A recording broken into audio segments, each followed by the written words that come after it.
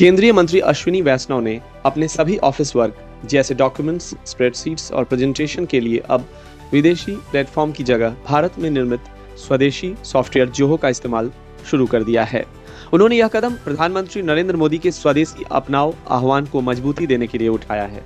अश्विनी वैष्णव ने social media पर घोषणा करते हुए लिखा कि वह ऑफिस वर्क के लिए भारत के अपने जोहो प्लेटफॉर्म को अपना रहे हैं। इसमें पेपर वर्क, स्प्रेडशीट्स और प्रेजेंटेशन की सारी जरूरी सुविधाएं उपलब्ध है। उन्होंने सभी नागरिकों से भी आह्वान किया कि वे पीएम मोदी के स्वदेशी अभियान में भाग लेते हुए भारत में बने ऐप्स, सॉफ्टवेयर और अन्य प्रोडक्ट्स को प्राथमिकता दें।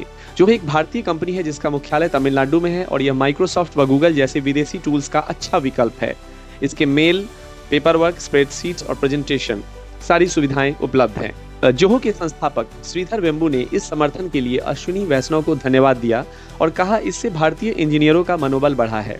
यह कदम डिजिटली आत्मनिर्भर भारत के विजन को मजबूत करता है, जिससे सरकार और नागरिक दोनों विदेशी सॉफ्टवेयर पर निर्भरता घटाकर स्वदेशी तकनीक को प्राथमिकता दे रहे हैं। जोहो जैसे प्लेटफॉर्म को अपनाना भारतीय टेक्नोलॉजी सेक्टर की ताकत और वैश्विक प्रतिस्पर्धा को दिखाता है। इस फैसले को डिजिटल भारत और वोकल फॉर लोकल अभियान की दिशा में बहुत असरदार कदम माना जा रहा है। केंद्रीय मंत्री अश्विनी वैष्णव ने घोषणा की है कि वे अब अपने ऑफिस के कामों में विदेशी सॉफ्टवेयर जैसे गूगल या माइक्रोसॉफ्ट का इस्तेमाल नहीं करेंगे, बल्कि उसकी जगह भारत में बने स्वदेशी प्लेटफॉर्म जोहो का उपयोग करेंगे।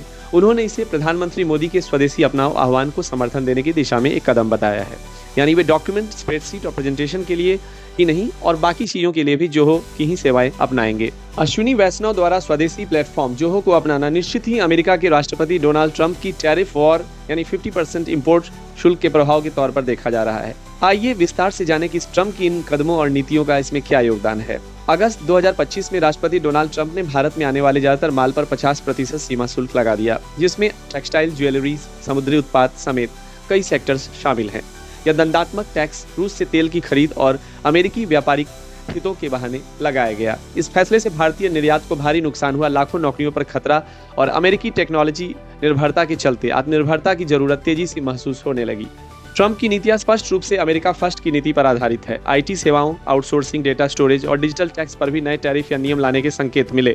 ऐसे माहौल में भारत सरकार और कंपनियां अब अमेरिकी टेक कंपनीज जैसे गूगल, माइक्रोसॉफ्ट पर निर्भरता खत्म करना चाह रही हैं और स्वदेशी विकल्प अपनाने के लिए मजबूर हो रही हैं। वोकल फॉर लोकल और डिजिटल आत्मनिर्भरता की नीति भारत में मजबूती पकड़ रही है, जिसके तहत अश्विनी वैष्णव ने जोहो को सरकारी कामकाज के लिए चुना है। यह एक संकेत है, यह एक संदेश है संपूर्ण भारतवासियों के लिए। अगर 140 करोड़ देशवासी गूगल, माइक्रोसॉफ्ट छोड़कर जोहो का इस्तेमाल करना शुरू कर दें तो निश्चित ही अमेरिकन नीतियां प्रभावित होंगी, अमेरिकन कंपनीज प्रभावित होंगी और निश्चित ही अमेरिका भी प्रभावित होगा। जोहो जैसे भारतीय प्लेटफॉर्म को अपनाने से न केवल विदेशी निर्भरता कम होगी, बल्कि डेटा सुरक्षा, स्थानीय रोजगार और देश की तकनीकी शक्ति भी बढ़ेगी। जोहो के संस्थापक ने यह भी कहा कि ट्रंप के टैरिफ से भारत में आत्मनिर्भरता की सोच और तेज हो गई है। ट्रंप के टैरिफ वॉर ने भारत को झटका देकर घरेलू टेक मैन्युफैक्चरिंग एवं प्लेटफॉर्म डेवलपमेंट को मजबूती देने के लिए बड़ा प्रेरित किया है। सरकार और बड़ी कंपनियां अब made in India digital tools पर भरोसा जता रही हैं ताकि कारोबार, डेटा और तकनीक पूरी तरह घरेलू नियंत्रण में रहे। यानी जोहो जैसे स्वदेशी विकल्पों को आगे लाने में डोनाल्ड ट्रंप की टैरिफ वॉर ने अप्रत्यक्ष रूप से बड़ा योगदान दिया है। यह एक तरह से आर्थिक दबाव से निकला टेक आत्मनिर्भरता का उदाहरण है। स्वदेशी प्लेटफॉर्म अपनाने के कई महत्वपूर्ण लाभ हैं। यह न केवल आत्मनिर्भरता की दिशा में बड़ा कदम है, बल्कि तकनीकी, आर्थिक और सुरक्षा के लिहाज से भी फायदेमंद है। स्वदेशी प्लेटफॉर्म अपनाने से आर्थिक मजबूती बनी रहती है, रोजगार में भी फायदा है। देश में बने डिजिटल प्लेटफॉर्म इस्तेमाल करने से पैसा देश के भीतर ही रहता है, जिससे स्थानीय कंपनियां और स्टार्टअप्स को बढ़ावा मिलता है। इससे नए रोजगार और उद्यमिता के मौके पैदा होते हैं, जिससे देश की अर्थव्यवस्था मजबूत होती है। स्वदेशी प्लेटफॉर्म भारतीय कानूनों और सर्वरों पर आधारित होते हैं, जिससे नागरिकों का डेटा देश में ही रहता है, सुरक्षित रहता है। इससे डेटा लीक तथा मिसयूज के खतरे बेहद कम हो जाते हैं। ऐसे प्लेटफॉर्म अपनाने से अमेरिका या दूसरे देशों की बड़ी टेक कंपनियों पर निर्भरता घटती है। कठिन वैश्विक परिस्थितियों में भी देश का डिजिटल इकोसिस्टम चालू रह सकता है।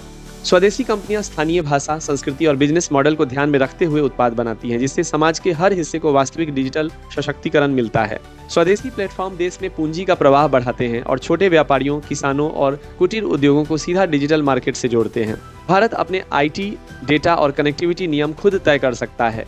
नीति, सुरक्षा और कानून का संपूर्ण नियंत्रण भारत सरकार के हाथ में रहता है। इन कारणों से भारतीय सरकार, कंपनियां और जनता तेजी से स्वदेशी प्लेटफॉर्म्स की ओर बढ़ रही है। यह देश की डिजिटल स्वतंत्रता, प्रगति और आर्थिक सशक्तिकरण का रास्ता है।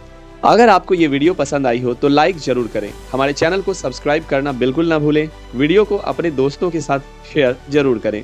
बेल आइकन दबा लें ताकि नई वीडियो की नोटिफिकेशन मिलती रहे।